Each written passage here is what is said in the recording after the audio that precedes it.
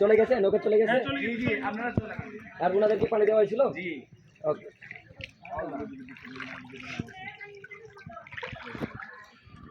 বিসমিল্লাহির রহমানির রহিম।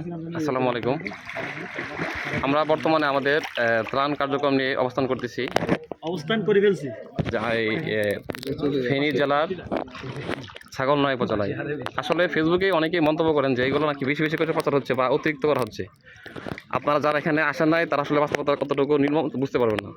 এখানে যারা যে ভাইরা ভলান্টিয়ার ভাইরা আসছে কাজ করতেছে, ওনারা আসলে বুঝতে পারতেছে বা ওনারা ফিল করতেছে যে কতটা কষ্টে আছে মানুষ। এবং এখানকার যারা স্থানীয় ওনারা কিন্তু বলতেছে ভাইয়া এগুলো আপনারা প্রচার করেন, বেশি করে প্রচার করেন, মানুষদেরকে জানান আমরা কতটা কষ্টে আছি।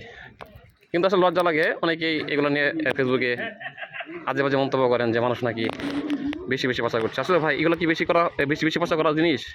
এগুলো কি কেউ নিজ থেকে প্রচার করবে?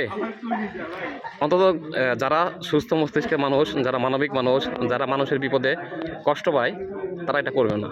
হয়তো আছে একটা চক্র আছে যারা এগুলা ফেসবুকে প্রচার করে নিজের পাবলিসিটি বাড়ানোর জন্য। কিন্তু আসলে ভাই আমি পার্সোনালি গত 2 দিন যাবৎ আছি ফেনী জেলায়।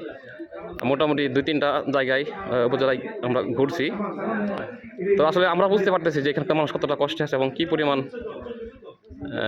সমস্যার মধ্যে আছে ওনারা। কোনো ঘরে এখনও গলাবদ্ধি পানি এবং কিছু কিছু এলাকায় এখনও কোনো ত্রাণ পৌঁছায় নাই। যে অনেকেই বলতেছে যে অনেক ত্রাণ আসতেছে, হ্যাঁ অনেক ত্রাণ আসতেছে, ত্রাণের অভাব নাই, ফেনী শহরে ঢোকা যায় না ত্রাণের ট্রাকের জন্য। কিন্তু আসলে এখনও কোনো জেলায় ত্রাণ আসে নাই। যেমন যে এই ভাই বলতেছে যে ওনাদের এখানে এখনও ত্রাণ আসে নাই।